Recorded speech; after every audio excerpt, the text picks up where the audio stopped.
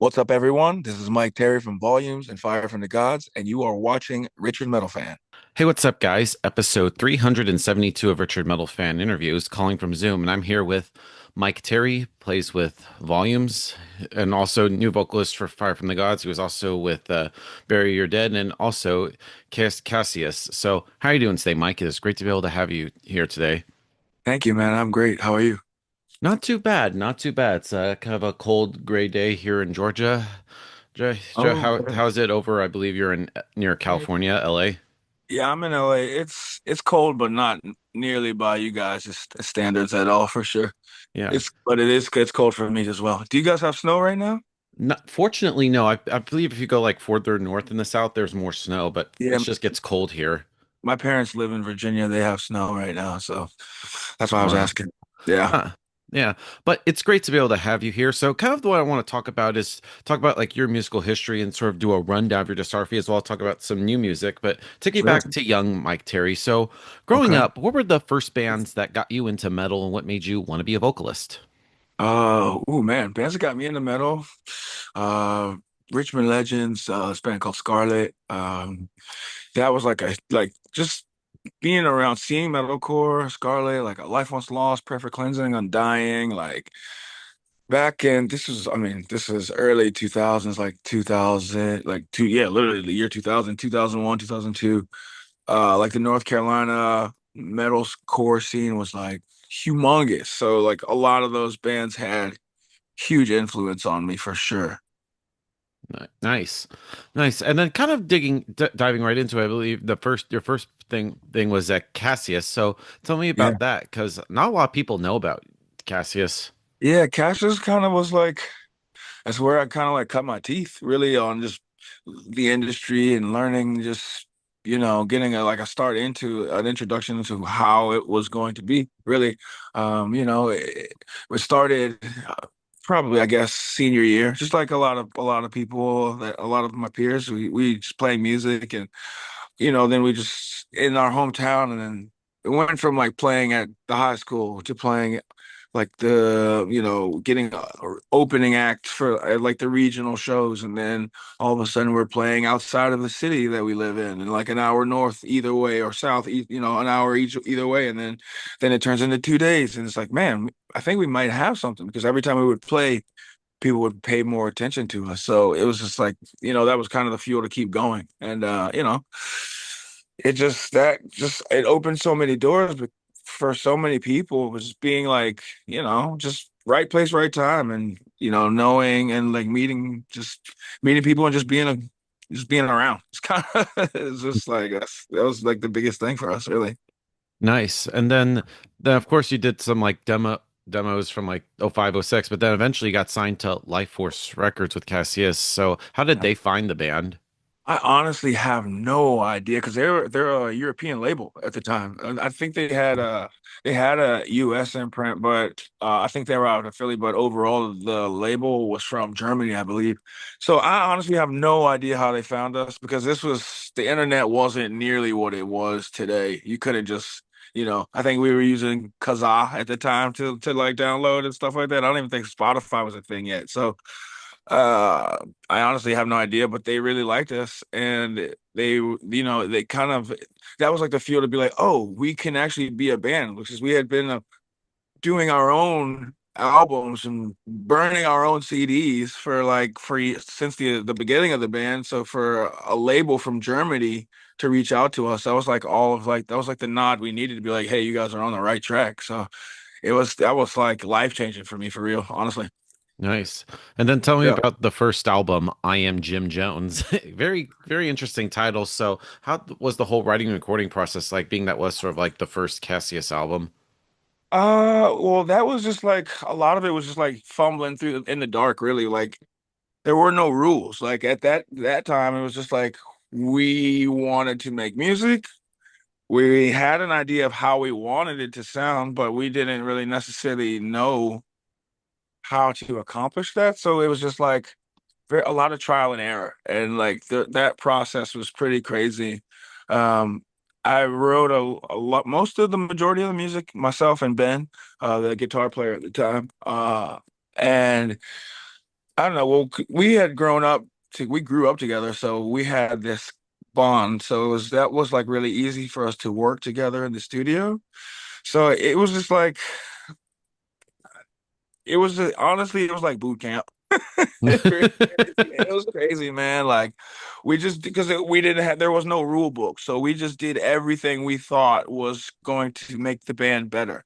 Like we all lived in the same house, we all lived off the same income. Like everything we had, we pooled together. Like so that like our mindset was just it was completely different than how especially how bands act now. I feel like it was just a different time, man. Different times. Yeah. And yeah, and what was sort of like the touring cycle like for the first Cassius album? Nonstop. Like as I said before, like with us being of one mind, we all lived, like I said, lived together. So when it came time to tour, we ended up getting a van and we canceled the lease and we all lived in that van and toured in that van. And that was like our HQ. So wherever an opportunity was that we could go and play, we were already in the van. We already had the trailer. We already had all our gear already. We were always just ready to go. So like it was we lived a pretty crazy lifestyle and just touring, it was just literally nonstop. I think we were in Richmond for like 2005, between 2005 and 2007. We were back in Richmond maybe like a month total. And I mean, not all the time we were playing shows. Sometimes we were stranded, So it was just, but the whole process of us being on the road it was pretty brutal. Not gonna lie, man. Like when, sleeping in the van, on the floor of the van, in the heat, and like with no money, and just like all we just had was each other, and just the idea that we were doing what we had each other's backs and we were doing the right thing, and that's all we needed really. It was sick. Nice. It Nice. was And so fucking what awesome. so what was sort of like the Richmond, Virginia metal scene? Like the only bands I could think of are like Lamb of God, Gore, and Municipal Waste. So was there like a big scene in Virginia? Yeah, for sure. And that was like top tier. That was like our mainstream. If like Richmond was its own microcosm, it was like those tiers of band were like our Slipknot, our Corns. Like you would see them at the big venues, like there was a bajillion other smaller bands like grindcore bands, hardcore bands, punk rock bands that was like this crazy like underground house show scene. Like it was sick, man. Like bands like you would never even hear of, like Tri-State Killing Spree or like Jackie Chan or like This Present Darkness, my old band, like bands like that. Like it was just like this. I don't know. It was just that was like such an awesome time. I'm so fortunate to have grown up then because it opened my eyes to, you know, so much like different cultures and different kinds of people and like, cause the crusty punk rock kids versus the super straight edge vegan hardcore kids, and like everyone was like, for the most part, getting along. And like, it was like, that was sick, like being able to see that kind of stuff was really cool. And I don't think that I would have been exposed to so much if I wasn't in Richmond at the time because Richmond was like in the middle. So it's like everyone either was coming through from New York or from the north coming through to go south, or some people were going, or vice versa. But for the most part, you're gonna go through Richmond. So we got always had the best bands, always had the best music, and like underground scene, like Travelers and just like bands like us, like seeing bands that were on the underground level that we thought were big was what helped fuel us to be like, well, if they're doing it, we could do it too. We're already playing the shows, and like I don't know, it was just it's a very awesome time to be alive and be like a fan of music and a student of the music and the craft altogether. Right. And I heard that you're also working on some new Cassius music. So what's the state of that, if you're allowed to say? Yeah, I mean, we're working on it. We have, I mean, it was the band ended pretty abruptly. So we had so much music just that we didn't get to record or like, yeah, just not, it was just wasn't produced to a listenable a listenable level. Just our resources were just really like we just didn't have shit. We were broke, man. So like when the band broke up, we had all this vault full of music that we didn't get to do anything with, and time just has pushed itself and just it's made itself available that I'm able to do it now. And so it's like as that was always my first love. Cassius was something that was my baby. Yeah.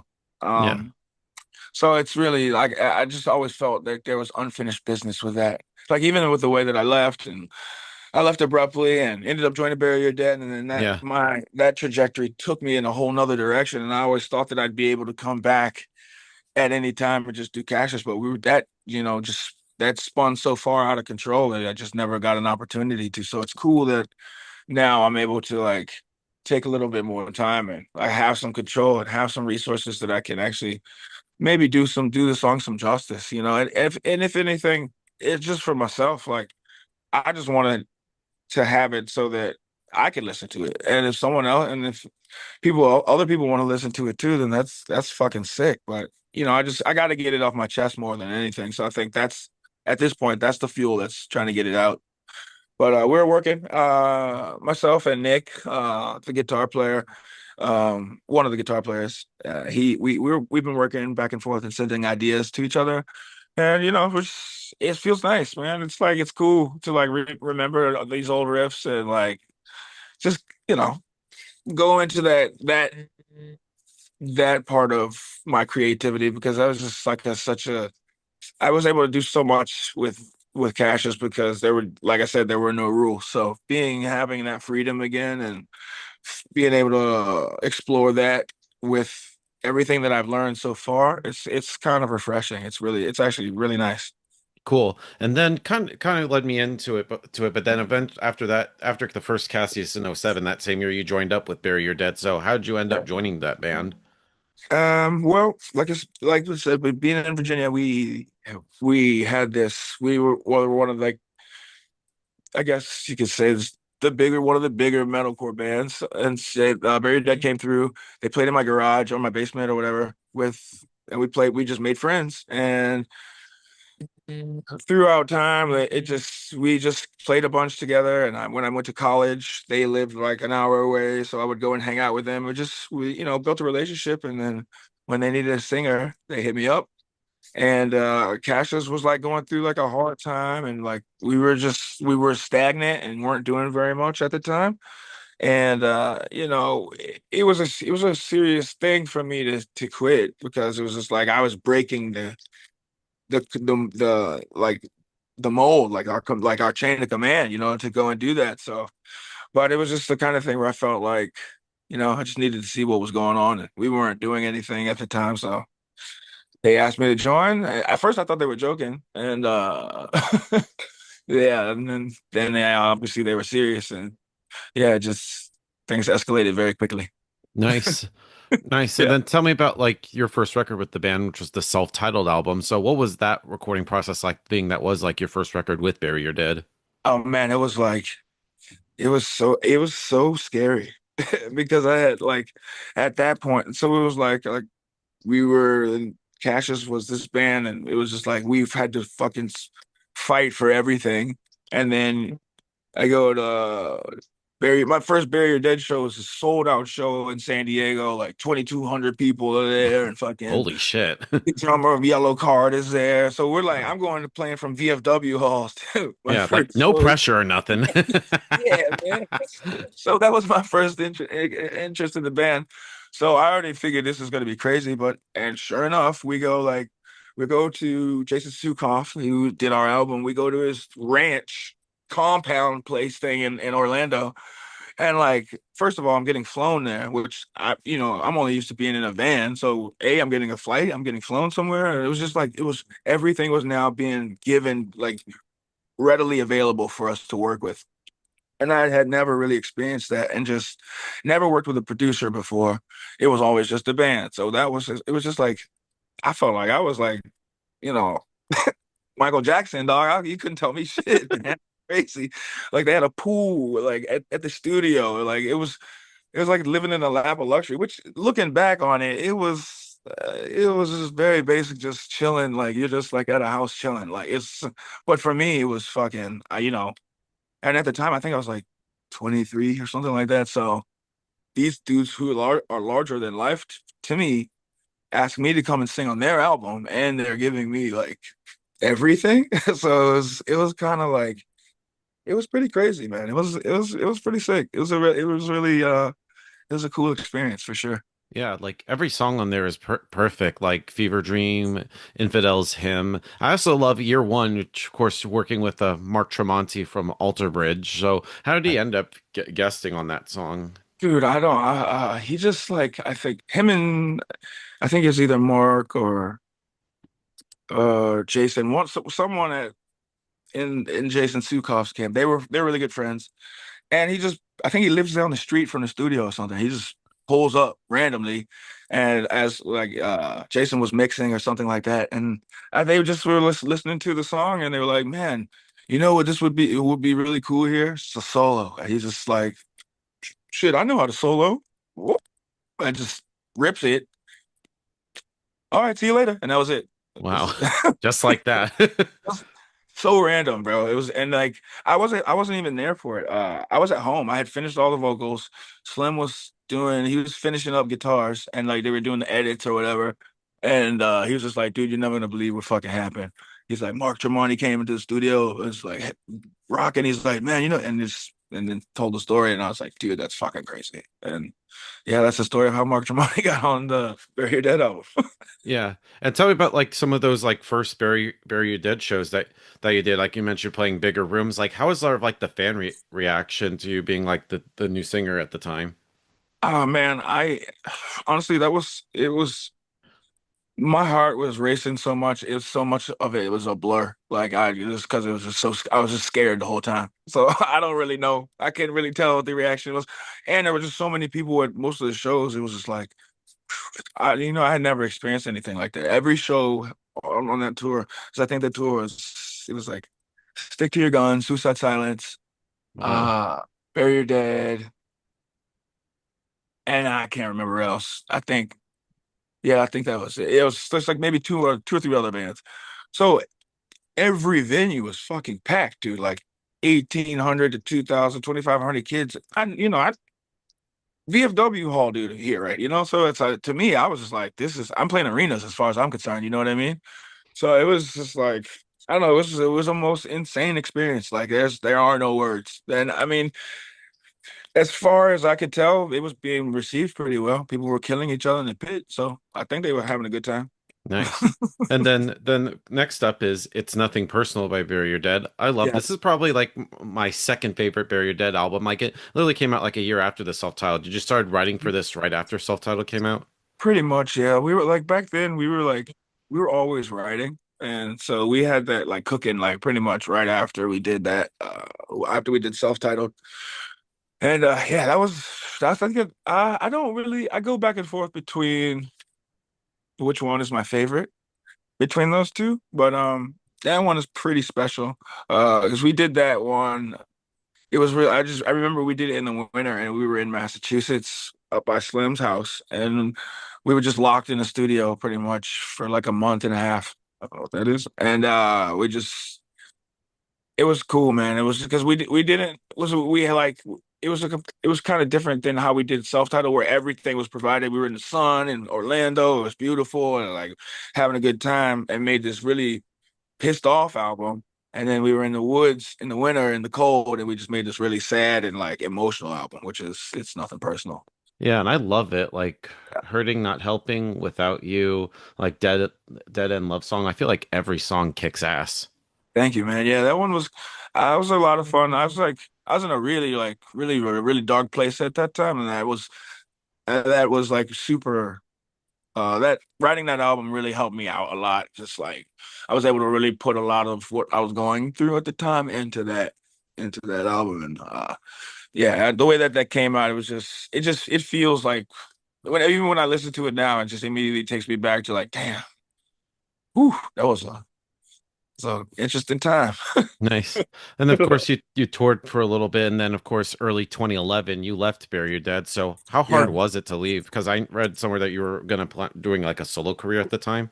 Yeah, yeah, the band was just kind of we were having like an identity crisis at the time, and we had a lot of outside forces were telling us which way to go, and like instead of I personally feel like instead of us all just sticking to our guns and just keep plowing forward, we just kind of lost our way.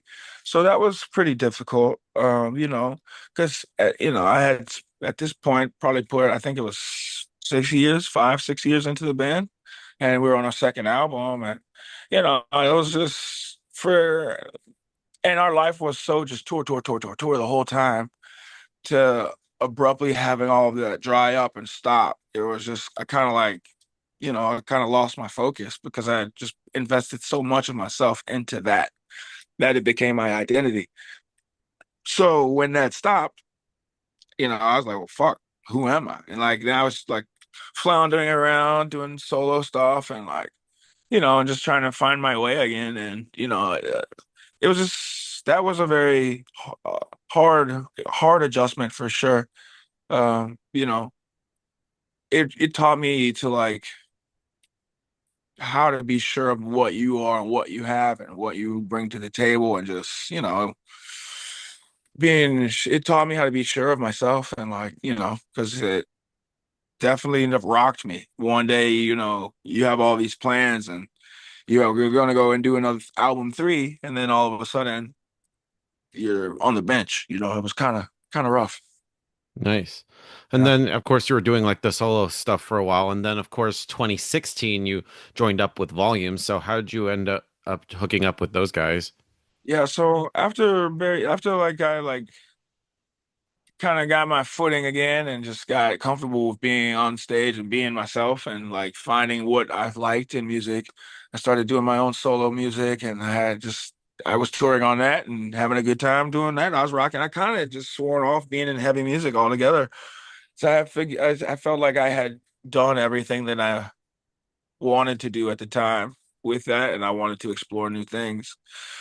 So I'm out. I had moved to California. I'm living out here, and I was at an event, and I had met Diego, who play guitar in volumes, and I met him and his cousin one night, and we just got to talking, and they invited me to come and try out, I guess, and just vibe and see how it felt, and it was just like right off the bat, it just kind of clicked, and we started tracking some demos, and it felt kind of nice, and I didn't like I'd kind of sworn off being doing heavy music again, but then it just kind of like hit me. I was like, well, you know, it feels good. You do it well, and maybe you're not finished with it, and so I said, Yeah, fuck it, never let's say try it. never. Yeah, never say never, man. And next thing you know, I'm back in a heavy band again, doing it up. So Yeah. it was crazy. Yeah, led me into Different Animals. Love Yeah, this album. This was one of my favorite albums from 2017. So, what was that like being this was like your first record with Volumes? that was sick, man. That was crazy. Like, because I was living in California, and the way that Volumes is, or just the lifestyle that they lived at the time, was just something I was not accustomed to. It was just so cool and laid back and just loose, man. Just loose, but unbelievably like tight technically, and like I don't know, it was just that was like a humongous learning experience because of the way they play, like the whole the genty style music was something I definitely was into, but I had no experience doing that, so it was sick to be able to write with a different level of musicians, and you know that's what came out, and it was fucking sick, man. That recording process was crazy. It was a lot of partying, a lot of wild stuff. It's like everything that you hear in that album is real. Like Yeah. that's real. We really lived it in Yeah. on that cycle for sure. Yeah, yeah, it definitely has like that kind of like party kind of vibe, especially songs like On Her Mind, like Feels Good. Like every song pretty much almost has like kind of like its own like emotion and feel behind it. Yeah, that album we really just like we lived so careless And that's like I think if like the general theme of the album, that album would be like we're just living it up, man, and having a good ass time doing it, and you know we're just living pretty careless, having a good ass time, man. Yeah. And of course when you joined up with Volumes, were you like listening to Via and No Sleep and be like, this is what I need to do, or did you were you allowed to sort of like bring like your own style, being it you also came with like Bury Your Dead and Casius? They were like, I mean, they were just, I mean, with that, most projects, any other, they've been like, we like what you've done before, do what you do here, and then, but it's always like because it is a new project, that's always going to be something different. So it's like I'm able to like put my style with their style, and then we just shake that bad boy up, and it makes and then becomes its own thing. And like that was, I think that was like a lot of that's what made that album what it is, just being able to just have the freedom to do what I want. I want within reason, obviously, because I mean, it's still a team effort, but it's like, I just really got to go for it and do a lot of things I hadn't done before. Yeah, yeah, and of course now you're sort of doing the two vocalist thing, Mhm. because with all the other bands you're only the sole front man. So how was Yeah. that like now being like, wow, I have another guy singing with me? Sick, man. It was cool for me because it's like, all right, well, my job just got easier because I don't have to sing as many words. No, it was cool, man, because it gave another dynamic. Like it just kind of it was like another tool. Like I have a whole nother spectrum of voice that I can get out there how I want to feel because he's gonna do it his own way. And we were writing together, and it was just we were meshed. It was like I was it was we were locked in, and so it's just like we formed like Voltron, dog. It was sick. We were just like together, man. So it was like it was an extension of me. And I mean, that's how I felt. I don't know how he feels about it or felt about it, but it was cool. It was like always. I mean, maybe they had always been used to doing that, so it was like second nature for them. But for me, it was like it was me like getting a superpower. Yeah. Yeah, and Yeah. then what was sort of like the touring cycle like? Because the only time I saw Volumes was back in 2017. You did that tour with Born of Osiris, Within the Ruins, and Ocean's 8 Alaska. So what was that whole like tour like, and how were like fans really like reacting to you? Yeah, it was sick, man. Like our first tour was Warped Tour, so like yeah, like my first tour with the band was with Warped Tour, so I was all off the chains immediately. Like the shows were sick. Like that was like the best summer of my life. Well, it was super well received. We had just dropped Feels Good at the time, and the band was already like on the incline. So it was like right time, right place, right time, and just like right situation. So it was like a dream, honestly, man. It was so cool to be just a part of that band and that at that time. And we were like I said, we were really getting into it. We were ripping it, having a good ass time. So it was cool, man. Yeah, definitely. Then you toured for a little bit, and then of course, Michael Barr came back to Volumes. So how did he end up coming back? Well, the band. Well, we toured until the wheels fell off, pretty much, and like the band pretty much blew up on itself. So, like, yeah, Diego had left the band, and then Gus left pretty much right after that, and we were just kind of like, well, what do we do? We need, I didn't. There's no way we could. The band Volumes is a two man job. You know what I mean? Like for vocalists. So we're like, well, who do we get? And Nick had the bright idea that like, why don't we just ask Michael Barr to come back? And he did, and it was like clockwork. It was very seamless, man. We were like, yo, you want to do it? He wasn't. He was doing his own solo stuff too, and he was on his own musical journey and his little thing. And then it circled back to coming back to heavy music. So it's like I feel like we just got brought back into it, and then we just started kicking ass, man. Yeah, was that like your first time meeting Michael? Was there sort of like any like awkward Nah, there wasn't yeah, like was there like any yeah, like awkwardness because you did kind of replace him? not at all, man. It was like the night before because we were friends prior Oh to wow. prior to me being in the band, we were homies, like because I was a fan of the band. So like and I had come in because we Bury Your Dead was doing work with Media Scare, who Volumes was on Media Scare at the time. So we would go and see them all the time play like the Cobalt Cafe and other clubs around town. And so that like we already had like a rapport together. So I don't know, when he left the band on his own terms. So it wasn't like there was no drama there. So like I remember the night before they announced, I think he was doing his solo show, or he was hanging out somewhere in Hollywood, and we I was hanging out, and we just went and we just ended up kicking it, hanging out till like 6 a.m. and then going home, Wow. and then the news dropped, and it was just like it was just cool. It was like, it wasn't no animosity or anything like that. It was totally fine. Yeah. And then so for him to have the opportunity to come back, it was just like, well, shit, here Nice. we back on track. You know, it was no love lost, no, just pick right back up where everything left off. Nice. And to talk about like those first singles before you released the last album, Happier, being Holy Water and Pixelate. I love those songs. So what was that like? Now you're singing with Michael Barr. Yeah, I was sick. It was cool. I mean, it was just, and it didn't really like, it was basically the same as doing it with Gus. It was like, you know, we made a partnership. We figured out how to work together, and we just made it, and that's it. Just started just flowing naturally, man. It was never really like there was no hard like period of us having to figure each other out. It was just kind of just like hit the ground running. You know, we each knew what we both knew what we were capable of, or had a general idea, and both had a respect for each other. And I think that just made it easier for us to work together. Honestly, Yeah. Yeah. And I'm surprised like none of those songs made it onto Happier, your last album, which I still think this was one of my favorite albums from 2021. hell yeah, fuck yeah, man. Thank you. Yeah, I don't know. Honestly, I don't. Some wires got crossed somewhere. I think that they were supposed to be on the album, but that was during COVID times too. So the landscape was so much Yeah. more different back then. Like it was like we barely got that album out. Like honestly, like there was a time where we just like we didn't even know if we were going to be able to do the album because we were recording it remote on Zoom and like that kind of stuff. It was just really, really awkward. So we were just like fortunate to get any body of music together out at that time, honestly. Yeah.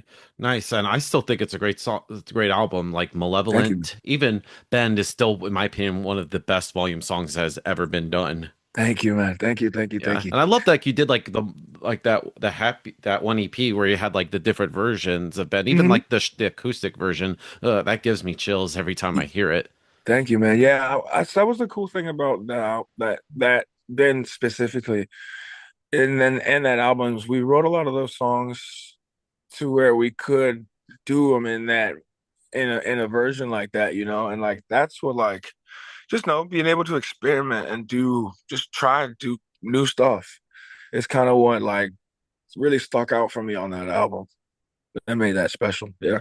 Nice, and of course now we have some new volume music. We got the new album Mirror Touch, which comes out is out very soon. So how was the Yeah. whole writing and recording process like for that?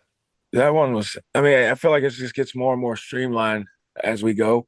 You know, where, you know, different animals was away, and that was like cool. And then we had the EP, and then we had Happier, and like we had each of those had their own little struggles to get them out. But this one was kind of like, other than it taking a long time, it went relatively smooth, and it was, I think, in part to the fact that we were able to spend so much time together, actually in the same room, actually writing the lyrics and working on the songs together, versus doing them in our separate, you know, separate houses, and then bringing them to the table. You know what I mean? Nice. Yeah. And music, and did you want it to continue in the same vein as Happier, or did you want to try something different that Volumes hasn't done before? Uh, I wouldn't say that we wanted to stay like in like Happier, which I mean, when you hear it, it's definitely there are some songs that nod to Happier, but also there's a lot of stuff that we just kind of just said, fuck it, let's go, and just went for it on all ends of the spectrum. Like everything is on this album is, I feel like, times 10 of what Volumes has ever done before.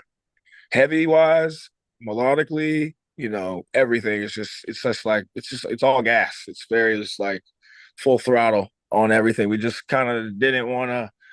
We really just left it all on the table for this one.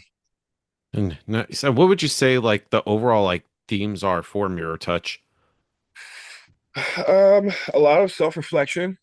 a lot of like talking about life experiences. I mean, it's very true to the general theme of volumes as a whole, like life and how we view it and how, the choices that we make affect ourselves and others and, you know, just the internal struggle, really. A lot of that it just bleeds right through in the music and everything. And I think we really like honed in on that on this album. We talk about a lot of the same general themes, but we really like pushed ourselves to talk about it more personally, I feel like, but still giving it room for the listener to have space to interpret it in their own way. Nice. Yeah. Nice. So would you say like with those themes, would you say like the album is almost kind of like a concept album in a way? With I wouldn't say necessarily like a concept album, like a Coheed and Cambria, like telling a story, but I think it does in its own, in its own respect. I feel like most albums, I mean, they have to be somewhat of a concept, right?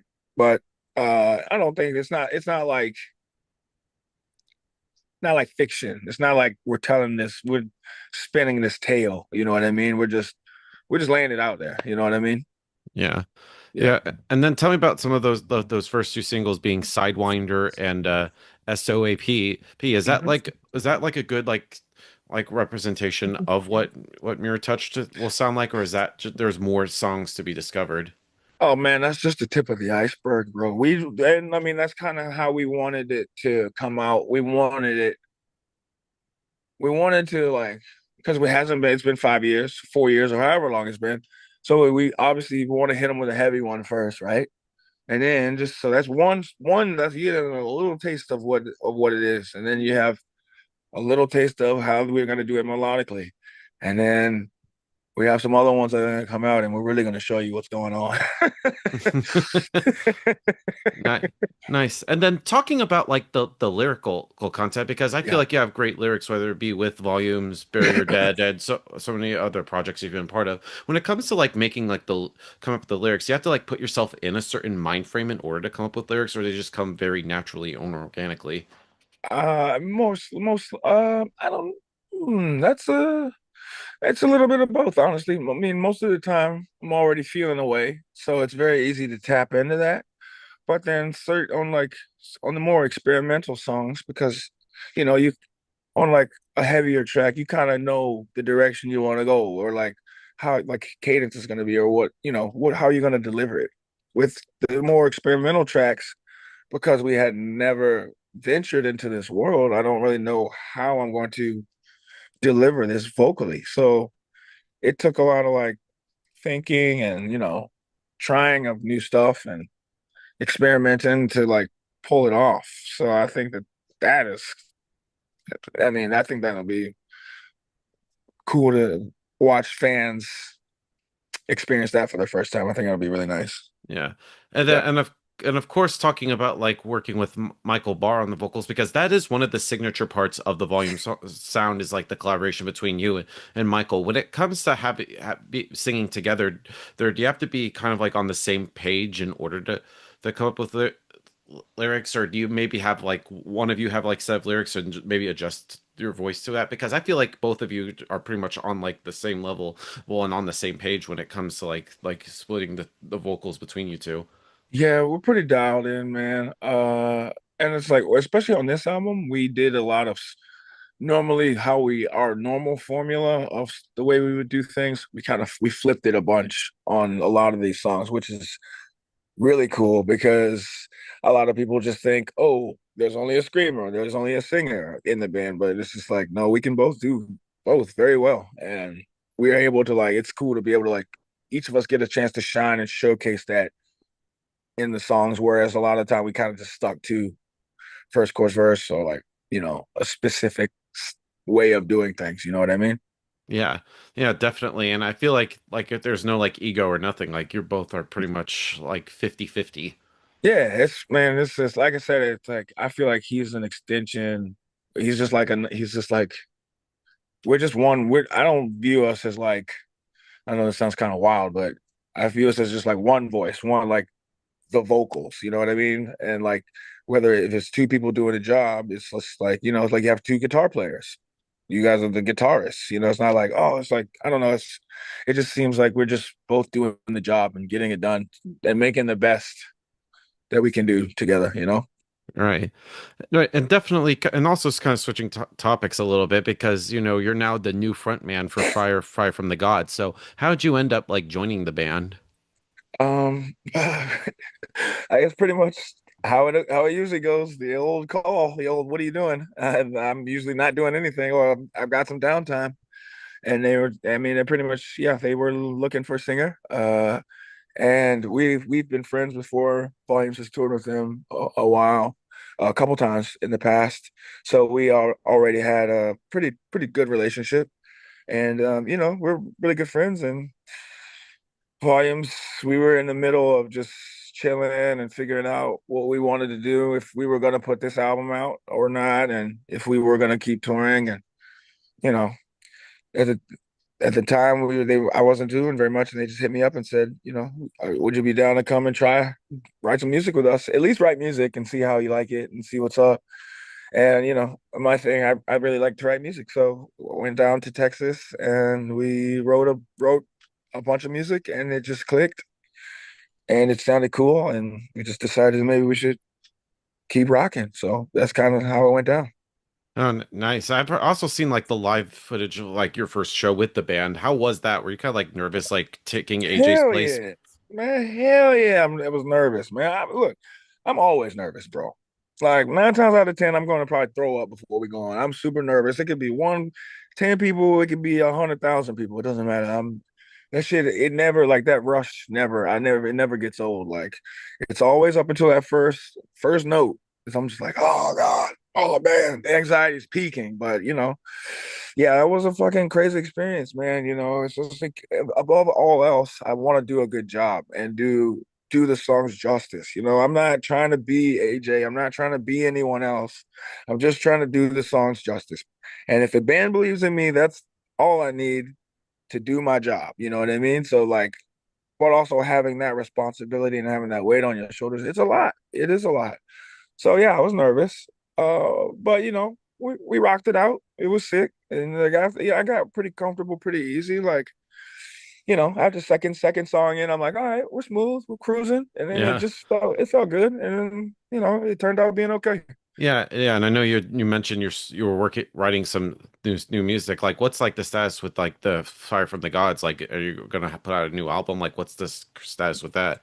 Yeah, we got an album. We're working, we have like, I think like 15, 16 songs right now. Just trying to whittle them down, work it out. And we're releasing new music starting in January. I think a new album by summer and or early spring. We're just trying to figure out when's the best time to put it out for us, and what our schedule allows, because now I'm juggling both bands. So Yeah, uh, yeah. you How know, do you find like the balance between like volumes and Fire from the Gods? I love it. I mean, it's easy for me, but it's just like, as much as it is having fun, it's work for me. So it's a job. So it's like I'm just going working two jobs. I don't. That's the way I view it. So it's like you schedule your days of the week. You schedule like you would any other job. I just I just get to schedule them like months in advance. Like like I have this many weeks and then this many weeks and I have this much time off. So it's cool. It gives me structure. So I like it. It's Cool. totally fine. Yeah. Cool. And then of course the last thing I want to talk about and something interesting I found out, like you have your own like hot dog brand. So how did the idea come to be to make your own hot dogs? I mean, I just love hot dogs, dude. I Yeah, really me too. just I love them, man. I really love hot dogs, and I always have. And I don't know. I randomly just started talking about it and posting my pictures of my hot dogs that we're eating, and turns out there are a lot of like-minded hot dog enthusiasts out there. So I just, get to talk about hot dogs. So I don't know. I went to culinary school, so I do have a background in cooking, and I'm just I would, as much as I love playing music, it's always cool to have other passions and do other cool stuff. So you know, why not? I like Yeah. hot dogs. I like to see people having a good time. I like to see people eating hot dogs. So Yeah. why not? Yeah, Why like not? what's the brand name called? Glizzy Mike's, Glizzy Glizzy Mike's hot Mike's. dog. Yeah, That is kind of catchy though. I yeah, do not man. gonna lie. Thank you. Yeah, Yeah.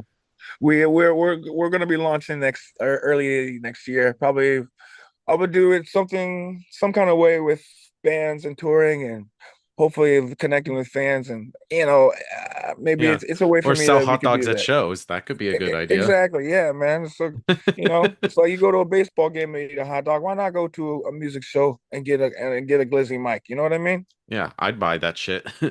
Hell yeah, man. I love that. Thank you.